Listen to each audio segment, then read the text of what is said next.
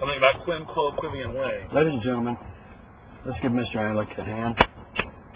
Oh, he knows I can't do the 10th one. I can't do all 10. No. You can do it, but what this has displayed, what you gave a display of is your energy, is not to be held back. And it's as if you're sprinting a quarter of a mile so fast you're outrunning your purpose. There's no pressure, there's no diamonds. When you stay in the logic of going slow and taking your time and really thinking and stopping and associating words with colors or images you have in your mind, then your memory stays fast and your memory is you. That's when you become your memory, and that's when all things within you are solid. Concerning the past, the now, and the future. You must remember the past is history, the future is a mystery, and now is a gift because it's called the present. Well, that's, in a way what I was saying earlier is that I have a great memory for things I love or things that I think are important. And so what would you say to that? But then things I'd say the most important thing you love and important to you is you.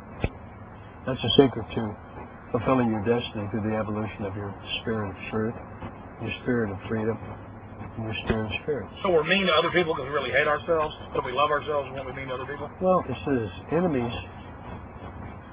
You must learn to love your enemies. Because in the truth of it all, enemies are friends in reverse. And they show us things about ourselves we need to change. And that's why they're here. Ladies and gentlemen, we're talking to Gary Busey, and I talked to Gary about a year ago and about 6 months ago, and he has, well, he's an investigator of a lot of different things. He's been looking into world government and the New World Order and into the different facets of it. Gary, sir, world history, tyranny, tyrants, how do we deal with the general public not even being aware of the fact that power corrupts and absolute power corrupts absolutely? I mean, people before us, our founding fathers knew you got to restrict government, you got to restrict control over our lives because bad men will get control of those mechanisms. The government's just a tool, but you don't want to build the tool, the device that can enslave and destroy. Do you have any comments to that? Yeah, through history, through the beginning of time, we've been learning that power is the ultimate achievement. No matter how the power comes, no matter how you use it. If you're in power, no matter how it is, negative, positive, indifferent, stoic, nothing. But if you feel you have power, and whatever way you use that feeling to give you the power you have, whether it be tyranny, wars, the greatest oxymoron of them all is holy war, which is not in God's plan. The poor people of the Middle East, the Islams and the Muslims, and the Arabs and the Taliban, the Afghanistans, Pakistanis, Iraq, Iran, Syria, Turkey, Israel, and Palestine. They all have a purpose on this earth, but they're not using the purpose God gave them to use. They're using the fear that they have by not using God's purpose. And the best way to stop wars is have women fight naked. Because if women fight naked and the men stand aside, the women will end up having a Tupperware party and the war will be over. Well, then we won't have much war because they're starting to put the women into the military. Even they have found about half the women that went to Iraq. Take their clothes off, have them fight naked, and watch what happens. The men will be coming to watch them fight naked. And it'll be a joy. Everybody will be happy. Everybody will win. Everybody is a winner.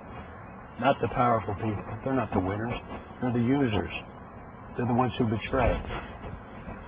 Power is a gift we have to utilize within ourselves for others in the best way possible. The paradigm of power is the higher standard of power, and that simply is giving. Well, Gary, certainly throughout history there's different types of power, and there's powerful people that are powerful because they do good things and they do it for the right reasons. Why is it, though, really dark, evil, wicked people who are sadistic and enjoy doing bad things to populations, enjoy mutating populations spiritually, physically, financially, why do those type of individuals normally get into power, and then once they have power, no one's challenging them, they increase the murder, the slaughter? How do we stop? Well, number one, why do we see that happen, or do you agree? And then number two, how do we stop that? A lot of the people who are under the power of the tyrants are like sheep.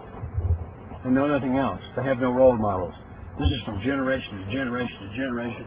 and they come with generational curses, and they come from the spirits of evil. And there's 14 of them that are listed in the Bible. And when you have these spirits of evil working with you, within you, around you, and you have the spirits of evil working in the leaders and in the politicians and in the generals working with them, you have nothing but evil. Nothing but evil. And the most endangered species is dedicated leaders. I mean, good leaders. I mean, dedicated leaders in the right way, in the good way. That, folks, that is incredibly, the old 60s word, heavy.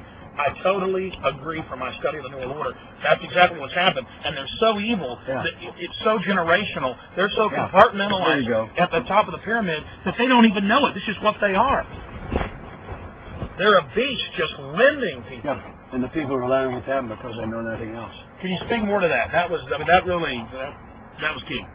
What you just said really was advanced. I mean, it helped me see a lot. Can you tell folks more on that line of what you were saying? Well, what I was saying earlier was to understand the freedom you have of being who you are, and your family, your loved ones, and your professional workplace, and the faith you have. And the word faith, F-A-I-T-H, that stands for fantastic adventures in trusting Him. Him is God as you perceive it. But God is not evil. God is not destructive. God is not a tyrant. God is not barbarian. God is all-knowing. God all is. God is all. And it's the most powerful thing we have working for us. And to get out of the way, people guiding you into a place called a box canyon or a corral without a gate or a fence, you're trapped. You're in a self-imposed prison of yourself and what you live in. And if you're not feeling right about something, or you have questions about something, write your congressman, write your senator, write President Bush, and be a voice, because we the people are the people of our government. And Thomas Jefferson, 29 years old, wrote that down on a piece of parchment. That's our Declaration of Independence. And there's so many, there's a lot of negativity going on in our government. There's a lot of negativity going on in our neighborhood. And one thing we must learn to do is never compete with the energy of the neighborhood. Our body, ourself, is our first neighborhood. Our second neighborhood is our family. Our third neighborhood is the house we live in. Our fourth neighborhood is the neighborhood, the houses around you. Fifth neighborhood, the city. Sixth neighborhood, the state. Seventh neighborhood, the country. And the eighth neighborhood is the world. Infinity. Never compete with the energy of those neighborhoods. Learn how to fit into it in your way of truth. And understand that the one way to be safe and to be in a place of nurturement is being true to yourself, without the advice from others on how to handle and be more powerful over others. Because that's what planet Earth is about. We're here to learn truth. We're here to learn unconditional love. And we are here to accept all things, and knowing God will take care of us all in His way, on His calendar. Open yourself up to that. Don't live with the traditions and rituals of generations ago, because it hadn't worked. It didn't work back then, it's not working now. So get in touch with yourself and your heart. Listen to people who are saying things to you that you must listen to. And don't go, I don't need to hear that, I don't want to hear that. That's your fear coming up. And I'll tell you this, that fear is the dark room where the devil develops his negatives. And the word F-E-A-R that spells fear, that stands for false evidence appearing real. And what you fear, you create yourself. You have nothing to fear because you are yourself. Look for the answers in your heart. Look for the answers. People who are giving you information that's not supposed to be out because it's too good. Want everything kept in a controlled state. That's not the way we are to live here. We're supposed to live. We are required to live in the truth of ourselves. It's called finding the freedom of your me. I found the freedom of my me. You can too. Just by paying attention. Unbelievable.